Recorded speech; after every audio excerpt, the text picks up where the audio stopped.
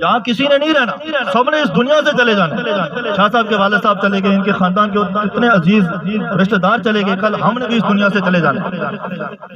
لیکن یاد رکھیں کہ بہترین عمل وہی ہے کہ جو ہم دنیا سے چلے جائیں اور اس کے بعد بھی ہمیں اس کا بہترین ثواب ملے، وہ یہ ہے جو شاہ صاحب کا کہ آج ان کے پوتے نے قرآن مجید کو اپنے سینے کے اندر محفوظ کر لیا ہے۔ یقیناً اس کا ثواب ان کے دادا جان کو قبر کے اندر ملتا رہے گا، کیونکہ شاہ صاحب نے یہ پودا لگایا تھا اور آگے انہوں نے اپنے بیٹے کو پروان چڑھا دیا۔ یقیناً اس سے بڑی تو کامیابی کوئی نہیں ہو سکتی۔ مسلم شریف کی حدیث مبارکہ ہے، حضور علیہ الصلوۃ والسلام کا یہ فرمان ہے کہ مل میت فی القبر الا کالغریق المتغوص فینتظر دعوۃ تلحقہ من اب او ام او اخ او صدیق۔ جب انسان مر جاتا ہے تو جب اس کو قبر کے اندر رکھ دیا جاتا ہے نا، تو وہ ڈوبے ہوئے کی طرح ہوتا ہے کہ کوئی انسان اگر کسی پانی میں ڈوب رہا ہو، نہر میں، دریا میں، سمندر میں ڈوب رہا ہو، تو وہ کسی کی مدد چاہتا ہے، کسی تنکے کا سہارا چاہتا ہے کہ کوئی مجھے اس ڈوبتے ہوئے پانی سے بچا دے۔ اسی طرح جب انسان کو قبر کے اندر رکھ دیا جاتا ہے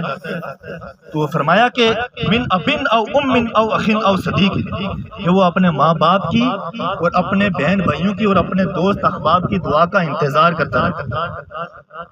وہ اپنے عزیز و اقارب دوست احباب کی دعا کا انتظار کرتا رہتا ہے قبر کے اندر کہ ہے کوئی جو میں پیچھے چھوڑ کے آیا ہوں جو میرے لیے مغفرت کی دعا کرے۔ جب یہ اس کے عزیز و اقارب، اس کی اولاد، اس کے بہن بھائی، اس کے دوست احباب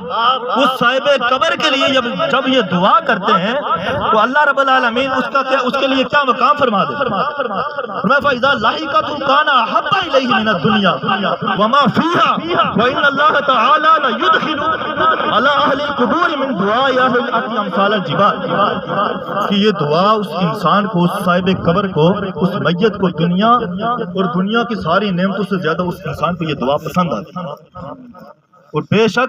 اللہ رب العالمین زندوں کی دعائیں مردوں کے لیے ان کے قبر کے اندر پہاڑوں کی طرح پیش فرماتا ہے کہ بھائی یہ تیری اولاد جو تو پیچھے چھوڑ کر کے آیا ہے، اس نے تیرے لیے یہ سارے ثواب بھیجے۔